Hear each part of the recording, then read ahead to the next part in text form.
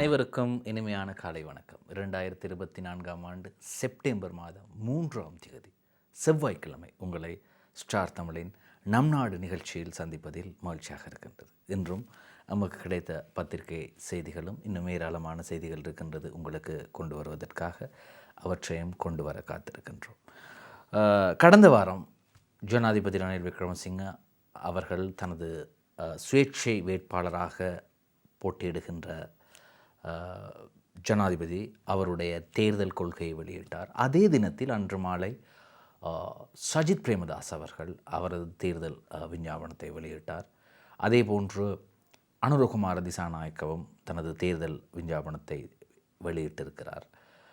எல்லோரும் எதிர்பார்த்தார்கள், இதுவரை நாமல் ராஜபக்ச தேர்தலில் போட்டியிடும் நாமல் ராஜபக்ச ஏன் இதுவரை வெளியிடவில்லை என்று. நாமல் ராஜபக்ச நேற்றைய தினம் அவரது தேர்தல் கொள்கைகளை அடுத்த 5 வருடத்தில் அவர் ஜனாதிபதியாகினால் செய்ய போகின்ற விடயங்கள், அபிவிருத்தி பணிகள், வெளிநாட்டு உடனான தொடர்புகள், நாட்டின் பொருளாதார இலக்கு போன்ற பல விடயங்கள் தொடர்பாக தனது தேர்தல் விஞ்ஞாபனத்தில் அடுத்த 5 வருடத்திற்கான தேர்தல் கொள்கையில் ஜனாதிபதி தேர்தலில் போட்டியிடும் நாமல் ராஜபக்ச நேற்றைய தினம் வெளியிட்டு வைத்தார்.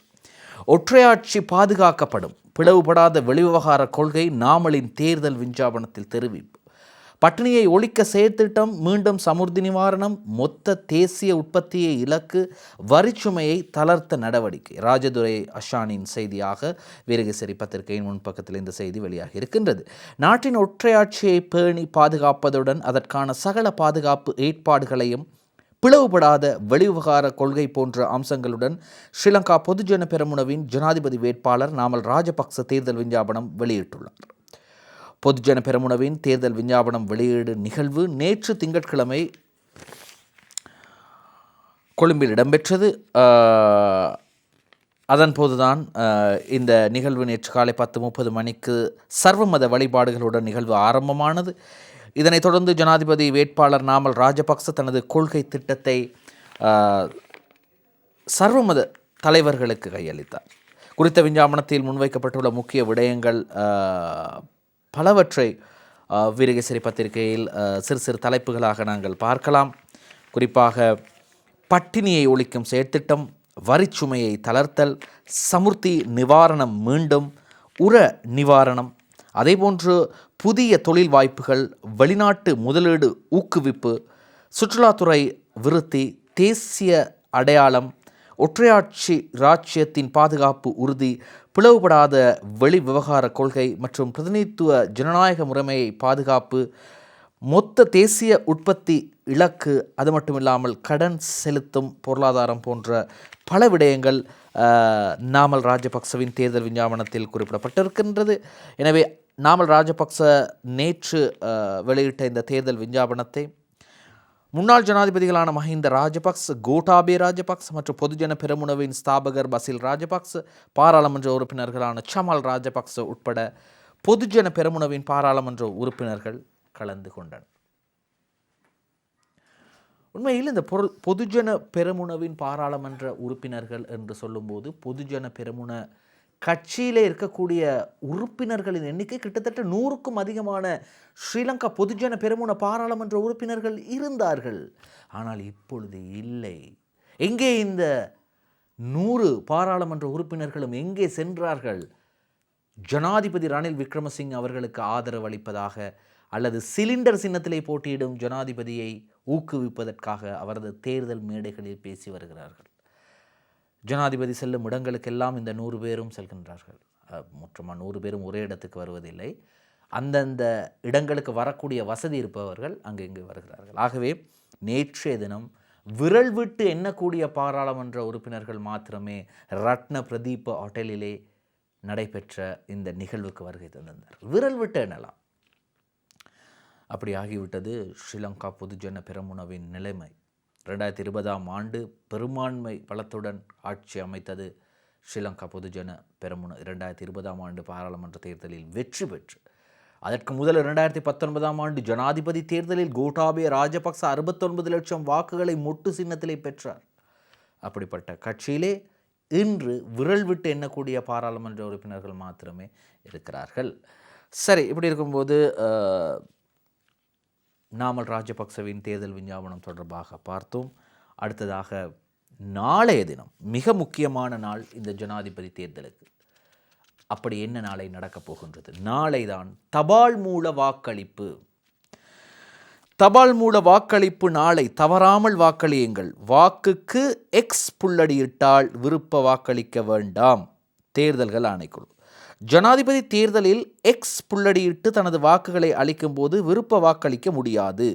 1 என்ற இலக்கமிட்டு வாக்கினை அளிப்பதாயின் 2 விருப்ப வாக்கினை 2, 3 என்று இலக்கமிட்டு அளிக்க முடியும்.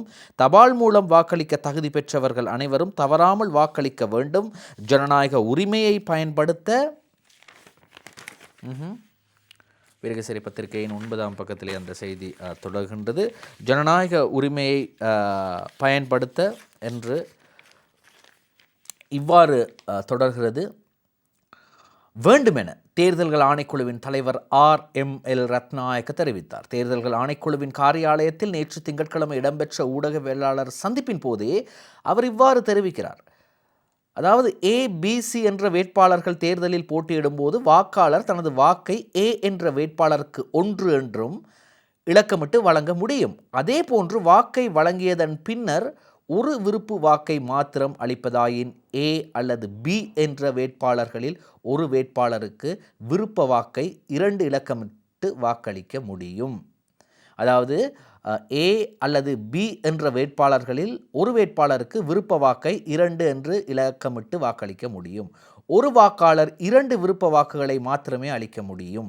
A என்ற வேட்பாளருக்கு ஒரு வாக்கையும் B அல்லது C என்ற வேட்பாளர்களுக்கு முறையே 2 என்று 3 என்று இலக்கமிட்டு விருப்ப வாக்கை வழங்க முடியும். வாக்களிப்பின் போது 1, 2, 3 என்ற இலக்கமிடுவது மிகவும் பொருத்தமானதாக அமையும். இதனை தவிர்த்து வாக்கை வழங்கும் போது 1 என்று இலக்கமிடுவதை தவிர்த்து எக்ஸ் புள்ளடியிட முடியும். இதை செல்லுபடியான வாக்காக ஏற்றுக்கொள்ள முடியும். எக்ஸ் புள்ளடியிட்டு வாக்கை அளிக்கும் போது விருப்ப வாக்குகளை பயன்படுத்த முடியாது. அது நன்றாக தெளிவாக நீங்கள் புரிந்து கொள்ள வேண்டும். எக்ஸ் என்ற புள்ளடியை நீங்கள் பயன்படுத்தினால் நீங்கள் விருப்ப வாக்களிக்க முடியாது. எக்ஸ் என்ற புள்ளடியை நீங்கள் பயன்படுத்தினால் விருப்பு வாக்கு அளிக்க முடியாது. அப்படி நீங்கள் 3 வேட்பாளர்களுக்கு 2, 3 என்று விருப்ப வாக்கை அளிக்கப் போகின்றீர்கள் என்றால் 1, 2, 3 என்று வாக்களிக்க வேண்டும் என்று கூறப்பட்டிருக்கிறது. சரி, எனவே நாளைய தினம் தபால் மூல வாக்களிப்பு என்பதால் நேற்றைய தினமும் நேற்று முன்தினமும் ஏராளமான அரச ஊழியர்களுக்கான கொடுப்பனவுகள் வழங்கப்படும். தேர்தலில் வெற்றி பெற்றவுடன் கொடுப்பனவுகள் வழங்கப்படும் என்று அறிவிக்கப்பட்டது. கஷ்டங்களை அதாவது 24 தொடக்கம் 50% வரையிலான சம்பள அதிகரிப்பும் உண்டு ஜனவரி மாதம் முதல் அரச ஊழியர்களுக்கு என்று அறிவிக்கப்பட்டது. அதே போன்று பல வேட்பாளர்கள் தங்களது அரச ஊழியர்களுக்கான சலுகைகளை நேற்று முன்தினமும் அறிவித்து வருகிறார்கள். காரணம் நாளைய தினம் தபால் மூல வாக்களிப்பு என்பதால். காரணம் அரச ஊழியர்களே அதிகமாக தபால் மூல வாக்களிக்க அல்லது தபாலின் மூலமாக இந்த ஜனாதிபதி தேர்தலில் வாக்களிக்க தகுதி பெற்றிருக்கின்றார்கள். ஆகவே அவர்களுக்கு கொடுக்கப்பட வேண்டிய சலுகைகள் கொடுக்கப்படும் எதிர்காலத்தில் என்று தெரிவித்தால் மாத்திரமே அவர்கள் வாக்களிக்க உத்வேகத்துடன் களமிறங்குவார்கள். ஆனால் 39 வேட்பாளர்கள் வேட்புமனு தாக்கல் செய்து அதிலே 39 பேர் அது வேட்புமனுக்களும் ஏற்றுக்கொள்ளப்பட்டு பிறகு ஒரு வேட்பாளர் புத்தள மாவட்டத்திலே அதாவது உயிரிழந்தார், மரணமானார். பிறகு 38 பேராகியது. ஆனால் 23 ஜனாதிபதி வேட்பாளர்களை காணவில்லையாம். செய்தி வெளியாகின்றது இன்றைய தினகரன் பத்திரிகையில். என்னடா ஆச்சரியமாக இருக்கிறது. பார்ப்போம். இதோ இன்றைய தினகரன் பத்திரிகையில் இவ்வாறு செய்தி வெளியாகின்றது. தேர்தலில் போட்டியிடும் 23 வேட்பாளர்கள் மாயம், எவ்வித தகவலும் இல்லை. தேர்தல்கள் ஆணைக்குழு இம்மாதம் 21ஆம் தேதி நடைபெறவுள்ள ஜனாதிபதி தேர்தலில் வரலாற்றின் முதன்முறையாக 39 வேட்பாளர்கள் போட்டியிட உள்ளதாக தேர்தல் ஆணைக்குழு அறிவித்திருந்தது. ஜனாதிபதி தேர்தலில் களமிறங்க உள்ள வேட்பாளர்களுள் 23 பேரின் தற்போதைய நிலை தொடர்பில் எந்த தகவலும் இல்லை என கொழும்பில் இருந்து வெளியாகும் சிங்கள நாளிதழ் ஒன்று செய்தி வெளியிட்டுள்ளது. பொதுமக்களுக்கான கூட்டங்களை நடத்தி தேர்தல் வியாபாரங்களை நடத்தி செல்வது சுமார் 15 வேட்பாளர்கள் மாத்திரமே எனவும் அறிய கிடைத்துள்ளது. அப்போ 23 பேருக்கு என்ன ஆனது என்றே தெரியவில்லையாம், எந்த தகவலும் இல்லையாம். அதே போன்று அந்த செய்தி இவ்வாறும் தொடர்கிறது.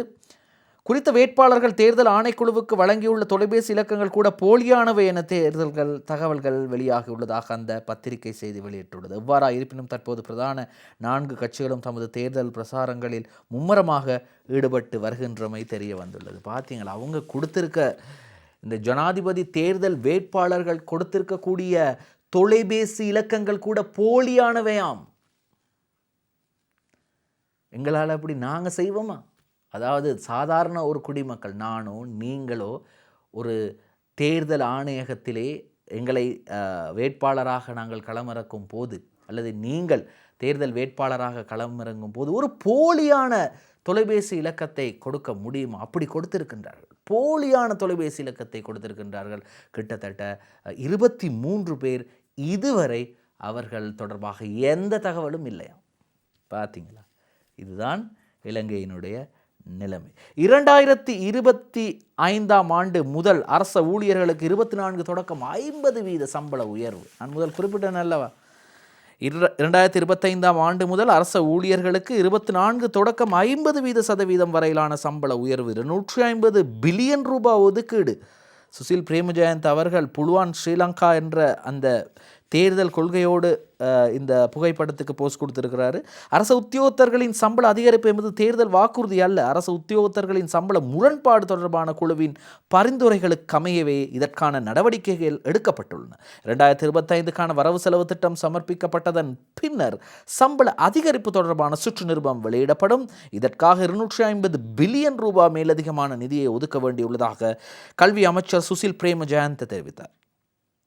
அரசு சேவையில் அலுவலக உதவியாளர் பணியில் 3ஆம் தரத்தின் சம்பளம் 5450 ரூபாவினாலும், 2ஆம் தரம் 8760 ரூபாவினாலும், 1ஆம் தரம் 10,950 ரூபாவினாலும் அதிகரிக்கப்படும். அந்த சேவையில் விசேட தரத்தின் சம்பளம் 13,980 ரூபாவால் அதிகரிக்கப்பட உள்ளது.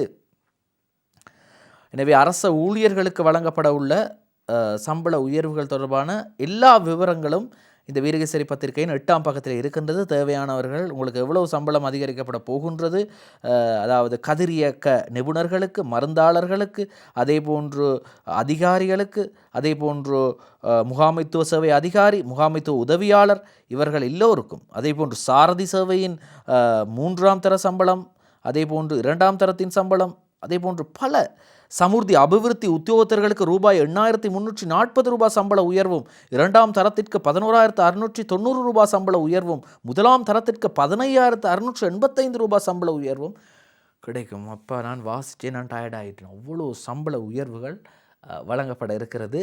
அதாவது 2025ஆம் ஆண்டு முதல் அரச ஊழியர்களுக்கான இந்த சம்பள உயர்வு 250 பில்லியன் ரூபாய் ஒதுக்கீடு செய்தாச்சு. அப்போ நாங்கள் எங்களுக்கு ஒரு யோசனை ஒன்று வருது.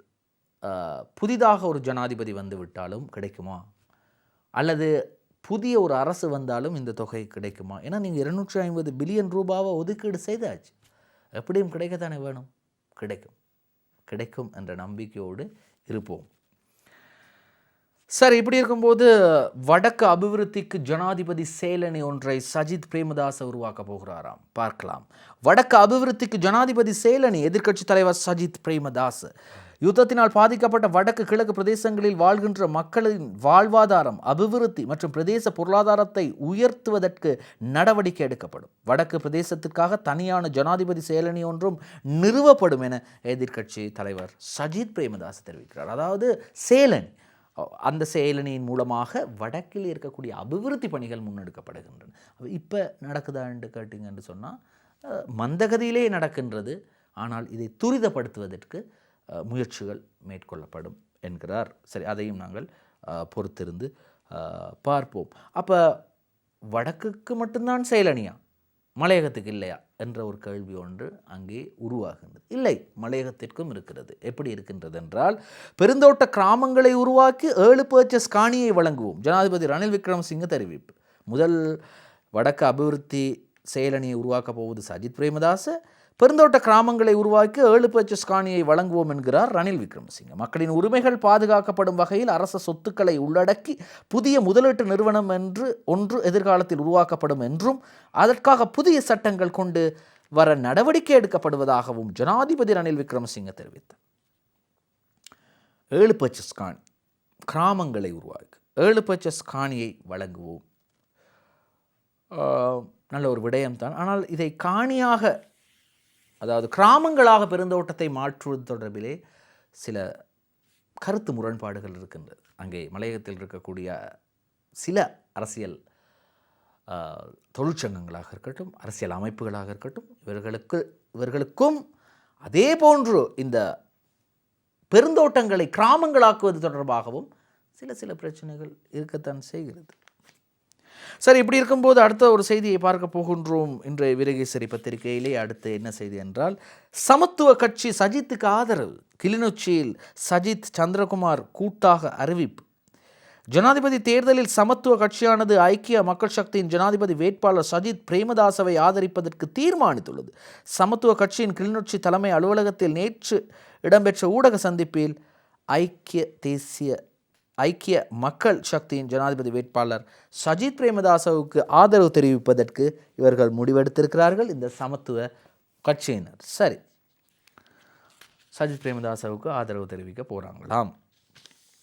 இப்படி இருக்கும்போது அடுத்ததாக மற்றும் ஒரு செய்தியை பார்க்க போகின்றோம். இந்த இலங்கை தமிழரசு கட்சி கூறியிருந்தது, தங்களுடைய ஆதரவை நாங்கள் சஜித் பிரேமதாசவுக்கு வழங்கப் போகின்றோம் என்று. இதிலே CVK சிவஞானம், அவர் வடமாகாண சபையின் தவிசாளராக இருந்தவர், அவை தலைவராக இருந்தவர் CVK சிவஞானம் அவர்கள். அவர் சொல்லியிருக்காரு, சஜித்துக்கு நான் ஆதரவு தெரிவிக்கின்றேன் என்று சொன்ன போதிலும் மேடைகளில் ஏறி பிரசாரம் செய்ய மாட்டேன் என்று CVK சிவஞானம் ஐயா சொல்கிறார். சஜித்துக்கு ஆதரவாக பிரசாரம் செய்யேன். CVK சிவஞானம். இலங்கை தமிழரசு கட்சியானது எதிர்வரும் ஜனாதிபதி தேர்தலில் சஜித் பிரேமதாசவை ஆதரிப்பதற்கு தீர்மானித்து அதனை அறிவித்துள்ள போதிலும் நான் அவரது மேடைகளில் ஏறவோ அல்லது ஆதரவு பிரசாரம் செய்யவோ மாட்டேன். யாருக்கு வாக்களிக்க வேண்டும் என்பதை மக்களே தீர்மானிக்க வேண்டும். இதுதானே ஏற்கனவே தெரிந்த விடயமே ஐயா. மக்கள் தானே அதை தீர்மானிக்க வேண்டும் என்பதே எமது நிலைப்பாடு என்று இலங்கை தமிழரசு கட்சியின் துணை தலைவரும் வடக்கு மாகாண சபையின் அவை தலைவருமான CVK சிவஞானம் தெரிவித்திருக்கிறார். ஜனாதிபதி தேர்தலில் சஜித் பிரேமதாசவை ஆதரிப்பதென இலங்கை தமிழரசு கட்சி தீர்மானித்தமை மற்றும் அது தொடர்பில் நிலவி வருகின்ற மாறுபட்ட கருத்துக்கள் குறித்து கேட்டபோதே அவர் இதனை தெரிவிக்கிறார். சரி, இன்னும் தமிழரசு கட்சி தொடர்பாக நிறைய பிரச்சனைகள் இருக்கின்றது. நேற்று பத்திரிகைகளில் வந்தது, சஜித்துக்கு ஆதரவு தெரிவிப்பது சுமந்திரனும் அப்போது கூடிய பொது சபையும் என்று கூறியவர் என்று சொல்கின்றார். அது அப்படி நேற்று சொன்னேன், ஆனால் இன்று நான் இந்த முடிவை மாற்றிவிட்டேன். அந்த முடிவை மாற்றிய தமிழரசு கட்சியின் அந்த தலைவர் யார்? ஒரு சிறு விளம்பர இடைவேளைக்கு பிறகு பார்க்கலாம். நம் நாடு தொடர்கிறது. இலங்கை தமிழரசு கட்சி முடிவெடுத்திருந்தது, எதிர்வரும் ஜனாதிபதி தேர்தலில் ஜனாதிபதி வேட்பாளராக ஐக்கிய மக்கள் சக்தியில் கூட்டணியில் போட்டியிடும் சஜித் பிரேமதாசவை ஆதரிக்கப் போவதாக முடிவெடுத்திருந்தது. ஆனால் இந்த முடிவு ஒரு தனிப்பட்ட முடிவு. இந்த முடிவுக்கும் எனக்கும் தொடர்பில்லை. இந்த முடிவு எப்படி எடுத்தார்கள் என்று எனக்கு தெரியாது என்று குறிப்பிட்ட இலங்கை தமிழரசு கட்சியின் தலைவர் மாவை சேனாதிராஜா இன்று என்ன குறிப்பிடுகிறார்? இன்று குறிப்பிடுகிறார், ஜனாதிபதி தேர்தல் குறித்த முடிவை நடைமுறைப்படுத்துவோம், நிலைப்பாட்டை மாற்றினார் மாவை சேனாதிராஜா. ஜனாதிபதி தேர்தல் தொடர்பில் தமிழரசு கட்சி எடுத்துள்ள தீர்மானத்தை நடைமுறைப்படுத்த வேண்டிய பொறுப்பு எமக்குள்ளது. அதனை நடைமுறைப்படுத்துவது தொடர்பில் கலந்துரையாடுவோம் என்று அக்கட்சியின் தலைவரும் முன்னாள் பாராளுமன்ற உறுப்பினருமாகிய மாவை சேனாதிராஜா சொல்றார். ஆகவே அது தொடர்பாக கலந்துரையாடுவோம் என்றும் அவர் தெரிவித்திருக்கிறார். இந்த செய்தி இவ்வாறு தொடர்கிறது. அதே நேரத்தில் ஜனாதிபதி வேட்பாளர் சஜித் பிரேமதாசவை ஆதரிப்பதென்றும் தமிழ் பொது வேட்பாளர் அரியநேத்திரனுக்கு ஆதரவளிப்பதில்லை எனவும் அவர் போட்டியிலிருந்து விலக வேண்டும் என்றும் இலங்கை தமிழரசு கட்சியின் மத்திய குழு கூட்டத்தில் நேற்று முன்தினம் தீர்மானம் எடுக்கப்பட்டிருந்தது.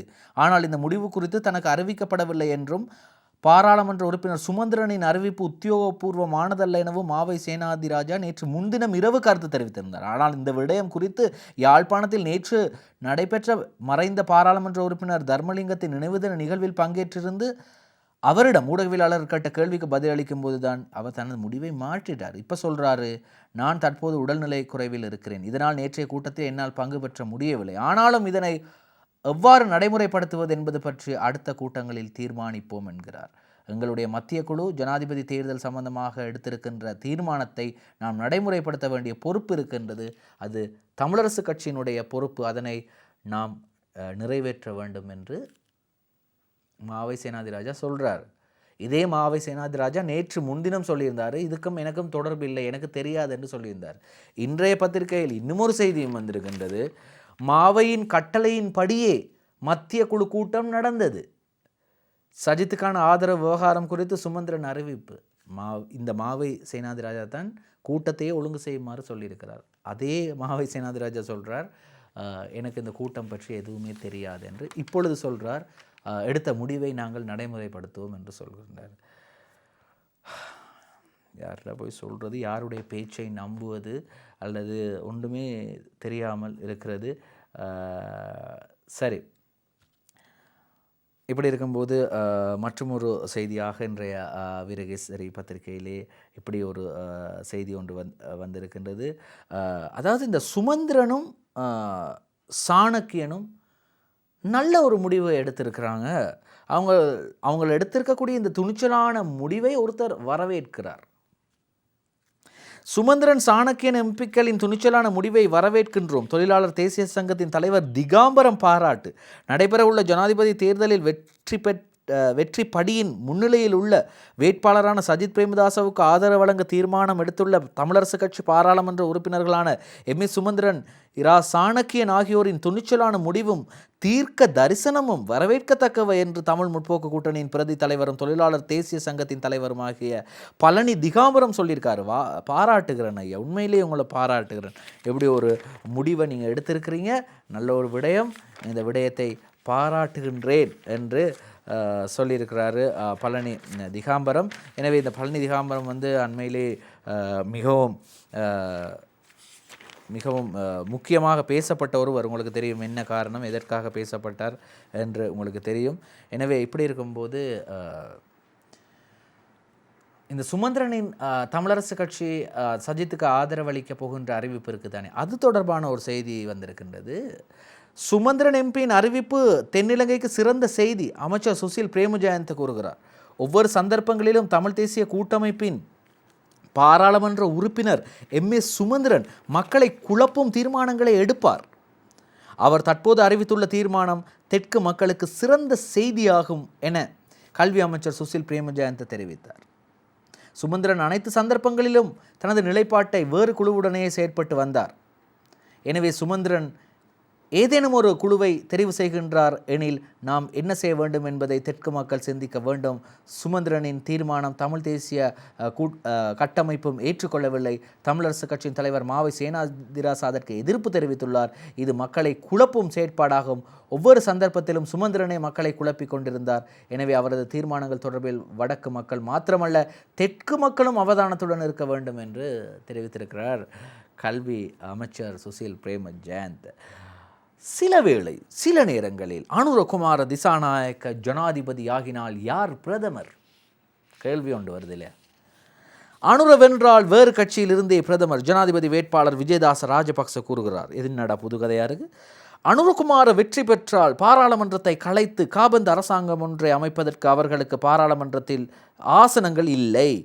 அதனால் ஜேவிபி அரசாங்கம் அமைப்பது சாத்தியமில்லை. அதே நேரம் அவருக்கு எதிராக குற்றப்பேரணை ஒன்று கொண்டு வந்தால் அது தொடர்பாக விசாரணை முடியும் வரைக்கும் பாராளுமன்றத்தை கலைக்கவும் முடியாது என ஜனாதிபதி வேட்பாளர் விஜயதாச ராஜபக்ச தெரிவித்தார். நல்ல விடயங்களாக இருக்கிறது. அது ஏன் அப்படி அவருக்கு என்னத்துக்காக நீங்கள் குற்றப்பத்திரிகை கொண்டு வர போகிறீங்க? சரி, அதை பார்க்கலாம். எதிர்வரும் 21ஆம் தேதி இடம்பெறவிருக்கும் ஜனாதிபதி தேர்தலில் அனுரகுமார திசாநாயக்க வெற்றி பெற்றால் அவர் எவ்வாறு தற்காலிகமான அரசாங்கம் அமைப்பது என்ற கேள்விக்கு பதிலளிக்கையிலேயே அவர் இவ்வாறு குறிப்பிட்டார். ஜனாதிபதி தேர்தலில் போட்டியிடும் யாராவது ஒரு வேட்பாளர் எதிர்வரும் 21ஆம் தேதி வெற்றி பெற்றால் அவர் ஜனாதிபதியாக பொறுப்பேற்றதன் பின்னர் பாராளுமன்றத்தை கலைக்கும் அதிகாரம் அவருக்கு கிடைக்கிறது. அவ்வாறு அவர் பாராளுமன்றத்தை கலைத்தால் தற்காலிகமாக அமைச்சரவை ஒன்றை அவர் அமைக்க வேண்டும். அவ்வாறு இல்லாமல் அடுத்த வருடம் செப்டம்பர் 1ஆம் தேதி வரை பாராளுமன்றத்திற்கான காலம் இருப்பதால் அதுவரைக்கும் பாராளுமன்றத்தை அவ்வாறே கொண்டு செல்லவும் தெரிவு செய்யப்படும் ஜனாதிபதிக்கு முடியும். அதே நேரம் பாராளுமன்றத்தில் இருக்கும் உறுப்பினர்களில் அதிகமானவர்களின் விருப்பத்துக்குரியவர் என ஜனாதிபதி நினைக்கும் ஒருவரை பிரதமராக்க அதிகாரம் ஜனாதிபதிக்கு இருக்கிறது. ஏனெனில் அடுத்த பாராளுமன்றம் வரைக்கும் நாட்டில் அமைச்சரவை ஒன்று இருக்க வேண்டும்.